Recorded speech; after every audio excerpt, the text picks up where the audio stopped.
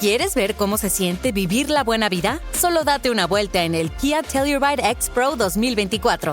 Elegante, amplio, con estilo. Con 3 filas para que puedas compartir tus grandes aventuras. Y pantallas panorámicas dobles de 24.6 pulgadas combinadas para llevar tu navegación y tu entretenimiento a otro nivel. Vive la buena vida. Conoce más sobre el Kia Telluride X Pro 2024 en kia.com. This podcast is part of the Robots Radio Rocket Club, a program designed to help all podcasts reach their full potential. For information about joining the Robots Radio Rocket Club, check out robotsradio.net. Hey all you heroes and champions, crows, pirates, and inquisitors. Welcome to the Dragon Age Lorecast. I'm Shelby. And I'm Austin. And we are so excited to bring you this podcast. Every episode, we'll be talking about a different topic in the Dragon Age universe. From the Maker to Lyrium to Aravels, we will cover it all. There will be spoilers. And always remember, swooping is bad. Hey Shelby. Hey Austin. You ready to talk about some Dragon Age? Yes, I am. Let's do it. All right. So what are we talking about today?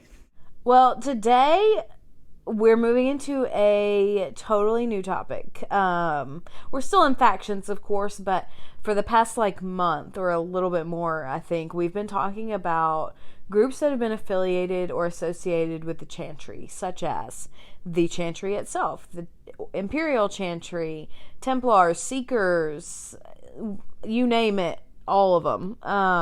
So now we're transitioning into a different set of factions, and we can kind of group these together in that they're all like crime groups. Like they're mostly mercenary groups or groups that operate outside the laws of Thedas.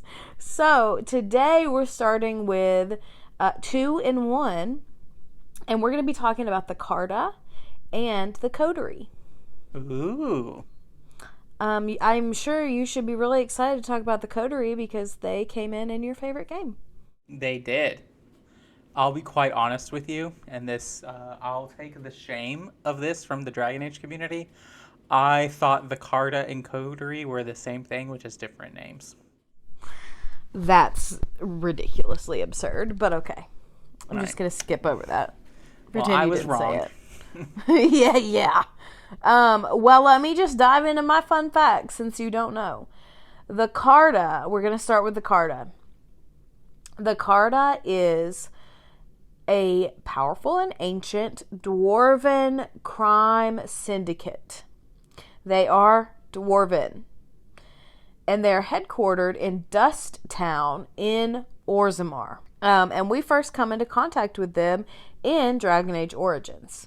Yeah. So in Origins, we not only come into contact with the Carta, but we also meet the leader of the Carta, whose name is Barat, and we meet the second in command of the Carta, who would go on to become the later leader of the Carta, and her name is Jarvia. And we will talk a little bit more about them later. So, I don't hate the Carta. They're not, my favorite group of people, but they're like the one group who does anything at all for the castless dwarves. And I think that that's important to talk about and acknowledge. Right. I think it's really important to talk about and acknowledge that because nobody else does anything for them. They're just on their own. Right. Which is also, it's good, but it's also predatory. Oh, 100%. 100% yeah. It's predatory. And, if the kings, the rulers of Orzammar didn't just hate the castless dwarves so much, they could instead create a system that cares for people and is nourishing and, contributes to the well-being of everyone in dwarven society, not just the nobles. But that's not the system they have. And so the Carta is the only hope of a dwarven castless person. And they are a violent crime syndicate, but becoming part of the Carta, is a way to provide for your family when you're desperate. So, it's definitely a catch-22, but at least I guess I'm glad at least, like, these people aren't just, like, totally in the dark by themselves. Right, definitely. Yeah, okay, so the Carta does a lot of business, but you could probably sum up their business in one word, and that word is smuggling. They smuggle lyrium. They smuggle surface goods to Orzammar. They smuggle Orzammar exports to the surface. They smuggle weapons. They smuggle people, and they smuggle slaves. And they really do a lot of business in Dusttown with all of this smuggling, but they also run their own businesses. They also engage in sex work and, all of that kind of industry, and basically every, like, seedy business opportunity that you can think of, the Carta is involved in it. Right. They are also hired as assassins for contracted killings, and they profit from gambling, generally from games that they've, like, rigged. So they've got their hands in just about every pot that you can think of. Mm-hmm. So my last fun fact about the Carta is that after the Fifth Blight, the Carta really began to expand its influence outside of Orzammar, and especially into Kirkwall. They're one of the most powerful criminal organizations in Kirkwall, which is really saying something. Yeah, definitely. It really makes me want to know, like, what is crime like in Kalsharok? Yeah. Like, does the Carta have some secret that they know about Kalsharok that they're just not telling? Does the Carta have people that smuggle goods in and out of Kalsharok? Exactly. I want answers. I need all of the answers. Like, the other day in our Discord server, which if you're not in our Discord server, you should join it, we were all talking about Kalsharok and how we have so many questions, and, like, somebody said that it's one of the top 5 lore questions that they want answered, and I'm like, yes, me too. It's definitely, like, 1 or 2 up there for me. Okay, so from here we usually go into, like, structure and history, which I'm gonna be a broken record, I feel like, but generally their structure is unknown, and generally much of their early history is also unknown. Makes sense. Most crime gangs and stuff are like that. But we do know a little bit about the history of the Carta thanks to Varric. So according to one of Varric's books, which is called Darktown's Deal, which Varric wrote, it tells us that surface dwarves who don't have contacts in Orzammar often resort to turning to the Carta for help. The Carta acts as a contact in Orzammar for surface businesses and sells their goods on the black market in exchange for a cut of the profits. Darktown's Deal even says that the Carta's black market is secretly tolerated and even encouraged because the dwarven elites know that trade with the surface is the only thing that sustains Orzammar's economy. So that means that the Carta's black market is essential in the surface trade. However, to be fair, it's also Varric, and we don't know how much of that is exaggerated or, fictional. But to me, I think most of that probably has a good bit of the truth in it, because we don't see much industry happening in Orzammar when we go there in Origins. I mean, you can really see that the only thing they've got is, like, lyrium trade, really, with the chantry. And I don't know if that's enough to sustain a whole society. Right. Well, and it also makes sense to a point of, like, Varric might also know this from personal experience. Because the Tethras family is exiled from the merchant caste. And so they might have lost all their legitimate contacts in the city of Orzammar. And they're not so- exiled from the merchant class. They're exiled from Orzammar. They're still part of the Dwarven Merchants Guild. Right. Well, they might have, with that thing, their contacts might refuse to do business with them, so they might have to resort to these black market contacts. And we know that Varric, while I would say generally a good person, he still has some shady involvement, you know? Yeah, definitely. And, you know, I would call him a chaotic good. Mm-hmm. Oh, yeah. So he might be writing this book from personal experience, and we know that Varric takes things that he's actually experienced and then embellishes. Mm-hmm. Oh, we do know that. Or we do know that. Outright lies. Yeah, we also know that. Well, that's about all we know about the history of the Carta, but we can talk a little bit more about involvement. And that's because in the Dwarven Commoner origin, in Dragon Age Origins, you become a member of the Carta. And you are forced into working with Barat. So, in addition to that, the Dwarven Inquisitor of the Surfacer Kadash family is also a member of the Carta. So, potentially, we're talking about two main characters of this series are part of this one faction. That's really significant. And, you know, obviously the hero of Ferelden leaves the Carta and becomes a Grey Warden, but I think that's a really big deal, and we don't really know much about the Carta. Yeah, I don't know. I just think this is significant. But the background for why the Inquisitor is at the Conclave is that they were sent to sell lyrium and spy on the Chantry Conclave at Haven because the Carta knew that its outcome would have massive ramifications on the demand for lyrium. After the Carta learns that the Kadash Inquisitor survived, they then believe that the Kadash Inquisitor ran off with the lyrium and now hides behind the Inquisition for protection. During the War Table operation, the Carta gets its cut. The Dwarven Inquisitor can remove the threat to their life. I think that it is interesting, especially since, like, you know what actually probably happened is that Cassandra, being the goody two-shoes, enraged power warrior that she is, seized the lyrium that the Kadash Inquisitor had and gave it back to the Chantry or whatever. I don't know.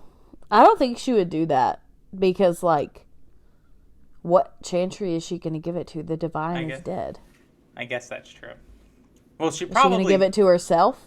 Yeah, she probably took it and used it for the Inquisition, knowing that they would use Templars or... Yeah, mages. absolutely.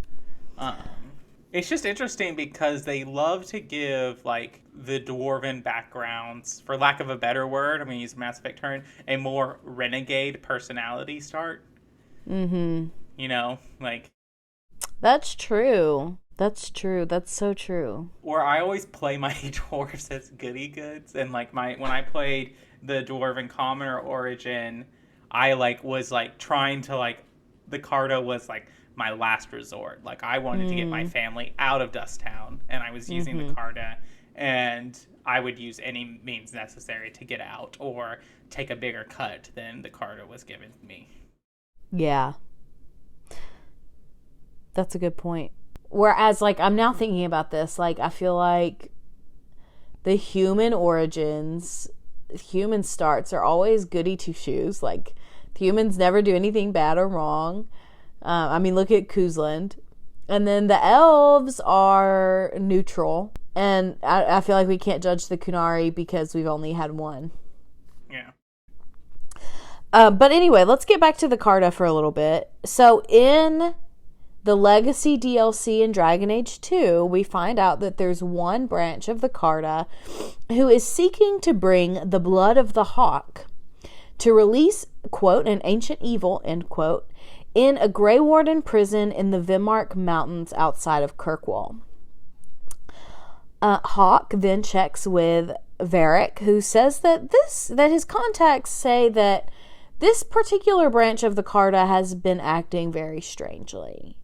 But we know after playing that, and after playing Inquisition, we know that they're acting strangely because they're under the influence of Corypheus. So, it's interesting to me that this group of dwarves even were able to be corrupted by a magical darkspawn like Corypheus, because dwarves are supposed to be resistant to magic. But are they resistant to the blight? I mean, I don't know. I would guess that they have a little bit of resistance because they live down there with them. Right. I just wonder if, like, did this branch of the Carta come in contact with red lyrium, and, like, is contact with red lyrium what kind of subjugates you to Corypheus's influence if you don't have the blight? Because who's to say that Meredith didn't ingest red lyrium when she made the idol out of her sword? And, like, could Meredith, like, need to subjugate the mages and bring Kirkwall under her control be a subconscious drive from Corypheus, who wants to rebuild the Tevinter Imperium? You know, I think that theory makes a lot of sense, but I don't think we have an in-universe explanation or confirmation of it. But I don't want to get too bogged down in Corypheus because we've talked about him a lot before. So, my last little thing I even have to talk about with the Carta until later is that according to Varric, and Varric is our source for a lot of Carta-related information, but according to Varric, the Dwarven Merchants Guild and the Carta basically function in the same way. They both deal in smuggled goods. They both engage in other dubious activities. They both sell goods. One is just sanctioned by Orzammar and the other is not. Sounds like a very Varric thing to say. Well, that last part was me. That was a Shelby thing to say. Well, it also sounds like a Varric thing to say. Are you saying I sound like Varric? No, but I know that he's one of your favorite characters. He is one of my favorites. Well, let's talk about a few known Carta members. So, obviously, we know Barat. We know Jarvia, the Inquisitor, if they are a dwarf. The Warden, if they are a dwarf commoner. Karshal is the current leader of the Carta, as far as we know. Leska is the best friend of the dwarf commoner, hero of Ferelden. Nadezda, an NPC we meet in Origins, and Sigrun, one of our companions in Awakening. So, you got any thoughts about the Carta? Just that, like, sometimes BioWare just really isn't subtle about where they get their influences from. Like, these are such an allegory for, like, the drug cartels. Oh, yeah, 100%. I mean, it's literally 2 letters off.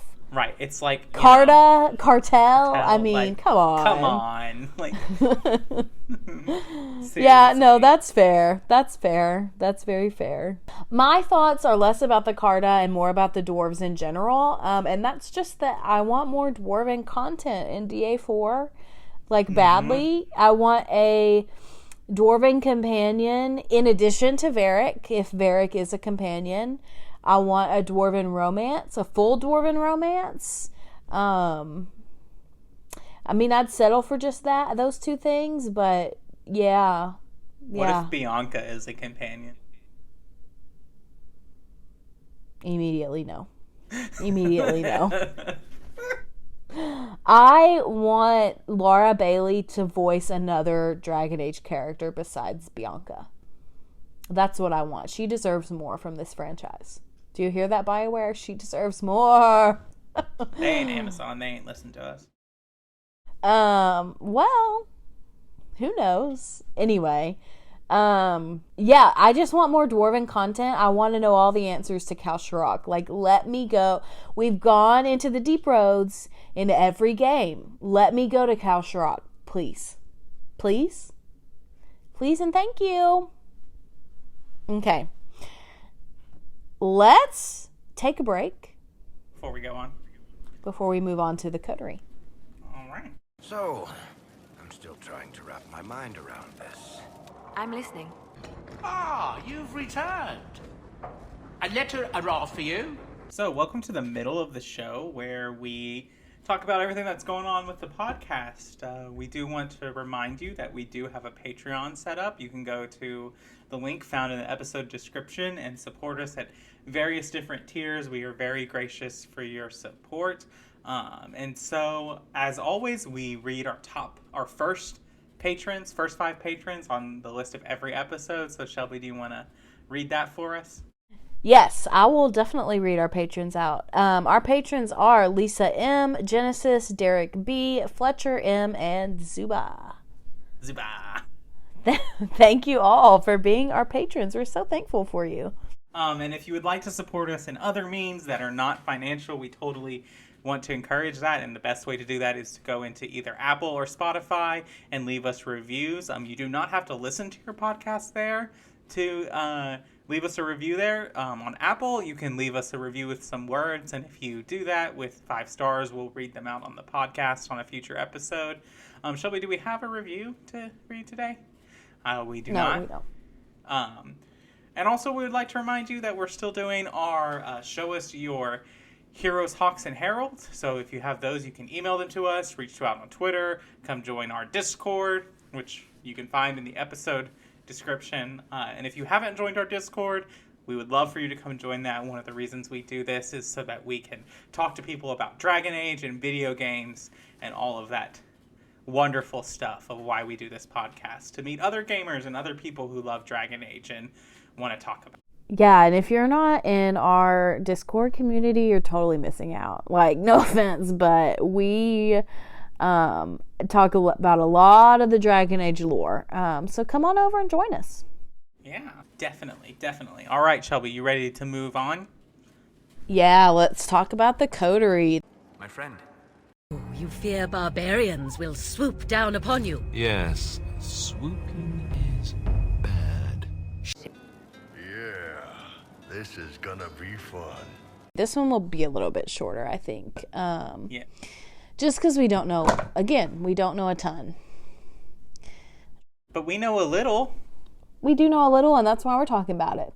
So, the Coterie is the main thieves guild of Kirkwall. Their activities range from extorting local merchants and politicians to assassinations of high-ranking members of Kirkwall society. They pretty much commit any crime that they can get paid for. So, we also know that Varric's agent and editor is one of the bosses of the Coterie. We learned this in Inquisition during one of Varric's war table missions. I love that little fun fact. I just think it's hilarious. So Varric's second published work, Darktown's Deal, which we talked a little bit about earlier, is a serial about the Coterie. And it did receive some critical acclaim upon publication in 920 Dragon. I have a question already. Oh, wow. Okay, go ahead. We're not told explicitly whether one of the groups that Hawk can join in DA2 is connected to the Coterie at all. No, that's false. Neither of them are connected to the Coterie. So they're separate, separate smuggling and mercenary groups outside of the already established Coterie. Yes, that's correct. Okay. Because the Coterie is the top dog. Like, Hawk can't get into the Coterie at the beginning. Yeah. I feel like the Coterie would definitely, require a lot more than just a year's service from Hawk. Yeah, I agree with that. Yeah, I don't think you leave sure. the Coterie. Yeah, at least not alive. Yeah. Okay, so we know a little bit about the structure. Are you surprised? I am. So, the Coterie is composed of several different groups. And each group has their own initiatives and jobs that they do. And each group has their own leader. And that leader then reports to the main leader of the Coterie. And right now, as far as we know, that main leader of the Coterie is Harlan. And you can meet him if you go to the Blooming Rose. Harlan. I'm trying to remember if I've met him. Or if I remember There's a anything quest about he's it. in, but I don't remember which one. I mean, you know, I don't like 2 as much as I do the other 2 games, or as much as you do. So I don't ever remember the quests in that game. Well, there's a lot of quests in the Blooming Rose that are just kind of like fetch turn in quests that aren't like scened quests, as I say. So they kind of fade from memory for me. Also true. All right, well, let's get into their history. So, the Coterie is actually a newer group, which is pretty surprising to me. They've only been around for about 100 years, according to Brother Jenna TV. But it's been very recently that the Coterie has become a major player in the Kirkwall crime scene. So about 20 years ago, the Coterie started its meteoric rise to be the strongest criminal guild in Kirkwall. Previously, the strongest criminal guild was the Sabrathan group. But the leader of the Sabrathan was betrayed from inside the group, and like during all of this chaos and turmoil, the leader was killed. Now, the Coterie took this opportunity to really rise in acclaim. After the leader of the Sabrathan guild was killed, they kind of fell apart and the Coterie took their place. So now the Coterie maintains its position at the top of the Kirkwall crime ladder by keeping their hands in almost every single pot that exists. They have members of the Coterie who are connected to the City Guard of Kirkwall, the Dwarven Merchants Guild, the Inner Politicians, and more. Which is really impressive. That is really impressive. So my last little thing about the Coterie is I brought a quote from the Codex entry titled The Coterie. And it says this: "It's safe to say that the Coterie gets a slice of every pie, and very little goes on in Kirkwall that escapes their notice." And I think that's very accurate. And I do believe, I know we'll get into a little bit of their involvement, but I do believe that Hawk is eventually approached by the Coterie in some form. I can't remember exactly. Yeah. I think so. I think there's Isabella's basically her loyalty mission or whatever. I know we don't call it that in Dragon Age. I think it's that mission with her is where you have the most involvement with the Coterie. Right. And so it's just a lot of involvement, and it's like I can see Aveline, Guardsman Aveline, Guard Captain Aveline being very, very adamant about getting the Coterie out of her city. Mm-hmm. Absolutely. Well, we do know a few members of the Coterie, and those include Brecker, Four-Fingered Eddie, Harlan, who's the current leader, Lily, and Varric's editor. And that's about it. That's all we know. And random members we kill in Dragon Age 2. That's true. That's very true. They love to attack you in Darktown. Oh my gosh, they love to attack you everywhere. All right. Okay, are you ready to talk about our side character for the day? I am ready. Okay, so today we're actually doing 2 side characters. So we're getting a 2-for-1, kind of like this episode. So I feel like these 2 characters are kind of inseparable from each other, at least in the narrative. And they are both kind of minor characters, so we're just going to put them together. Today we're looking at Barat and Jarvia, and we talked about them briefly earlier, and I didn't want to get too much into it because I knew we were talking about them later. So anyway, at the time of Dragon Age Origins, at the beginning, Barat was the leader of the Carta, and Jarvia was his second in command and his lover. Yep. Which you knew because you've played the Dwarven Castless Origin. I have not. This was new information to me. Although I guess I could have guessed it at the beginning, but anyways.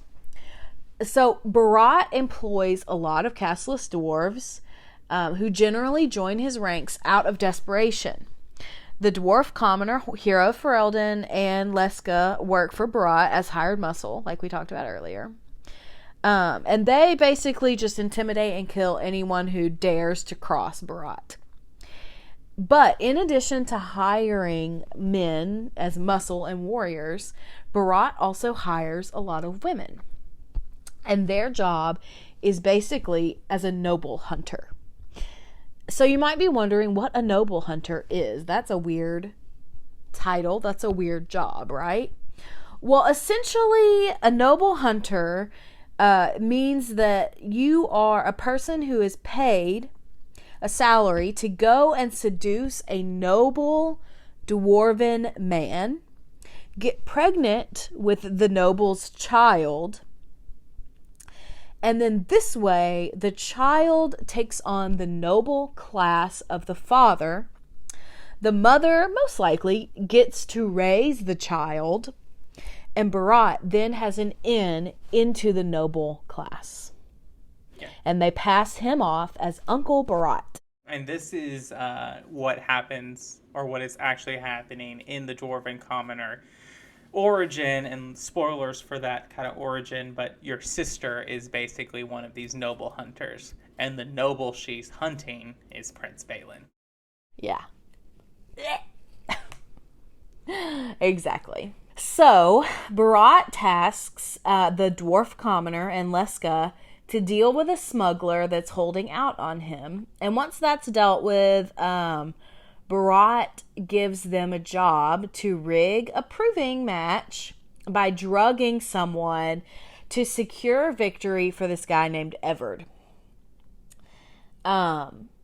So a lot of complications arise with this, because when they go to find Evert, he is drunk, like incapacitated, about to pass out, blackout drunk. Which means that the dwarf commoner is forced to disguise themselves as Everd and take his place in the arena. Though Everd, quote, wins the matches and does reach the finals, eventually the lie is exposed, which leads to a huge scandal. As you can imagine, Barat is furious. And in his response is to imprison and basically keep Leska and the Dwarven Commoner in prison.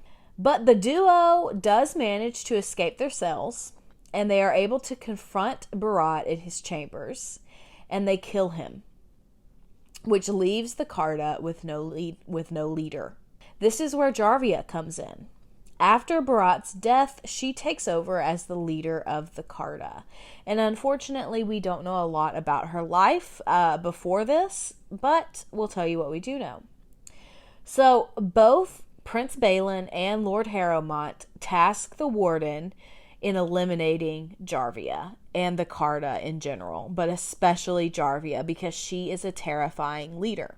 And they do this so that they can gain more sway with not only the assembly, but also public opinion in Orzammar.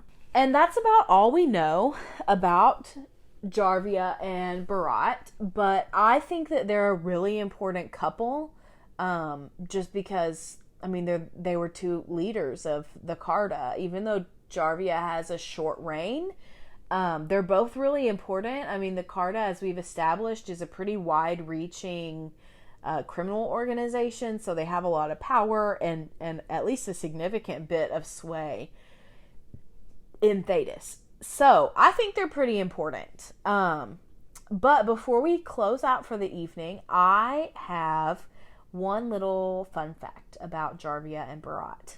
And this is a carryover into Dragon Age 2. So in 2, if you bought the Rogue Pack DLC, you gain access to a weapon called Jarvia's Shank and another weapon called Barat's Revenge. They are two daggers. And there's a codex entry about Jarvia's Shank. And it says this: when the Carta crime boss Barat fell, his lover Jarvia fought off rivals, planting this shank in each of their hearts before she emerged as the group's undisputed leader. For years, Jarvia used a mix of brutality, cunning, and blackmail to grow the Carta's power until it threatened the Diamond Quarter itself. When King Indrin Iduken died, some whispered that Jarvia planned to force the assembly to recognize the rights of dusters in Orzammar. Others said she had planned to overthrow the nobles entirely. The truth will never be known. She was killed in cold blood by the hero of Ferelden. Interesting. It is interesting because it paints her as almost a good guy. Right. And go ahead. I was just gonna say, like, Jarvia, like, I'm kind of, like, ambivalent towards. Like, I don't know enough about her to, like, form that much of an opinion other than she, like, wants to kill you. But, like, Barat is a jerk. Yeah. Especially, and if you want, like, a new take, like, and a really fresh take on, like, what happens in Orzammar, I highly recommend the Dwarven Commoner origin, just because it is a really interesting look into society, and this whole Jarvia quest takes on a whole new light, and everything like that. I just think that's really important. But it's interesting that they say in cold blood, because, like, only the Dwarf Commoner would really have any reason to go after Jarvia in cold blood. That's true, because the rest of them, they're just sent by Balin or Harrowmont. They're just doing the job that they've been contracted to do so that they can get the troops from Orzammar. Right. Yeah, that's interesting. And I just thought this whole codex entry was fascinating because it does paint her in a positive light because of the way they say in cold blood and all of these, like, little things that, oh, she would have done this. She would have given us more rights. She would have abolished the nobility and all these kind of things. I'm of the opinion that you're not ever going to be able to abolish the nobility in Orzammar. But these other things, like, very well were possible. Especially under, like, Balin's rulership. Yeah, absolutely. Absolutely. Yeah, so just two very interesting characters. I don't think we'll ever learn anything more about them ever.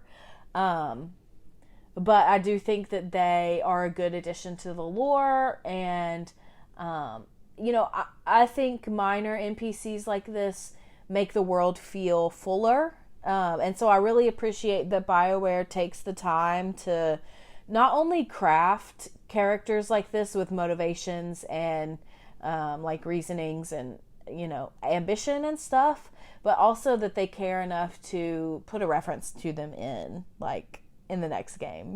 I appreciate that. Definitely.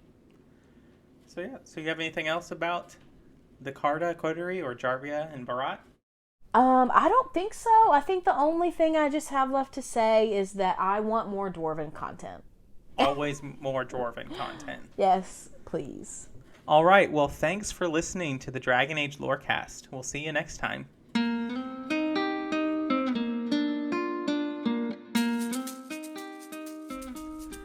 Thanks for listening to the Dragon Age Lorecast. As always, you can find us on Twitter at DA Lorecast.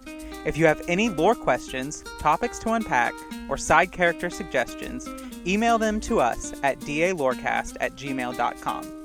The Dragon Age Lorecast is a part of the Robots Radio Rocket Club. You can join the Robots Radio Network Discord by clicking the link in our episode description. If you enjoyed our show, we'd love it if you'd subscribe and give us a review. See you next time. Ever wanted to be a content creator but had no clue where to begin? Come join me as I sit down with content creators that have already faced the challenges you're up against, as they discuss the tips and tricks that help them be successful.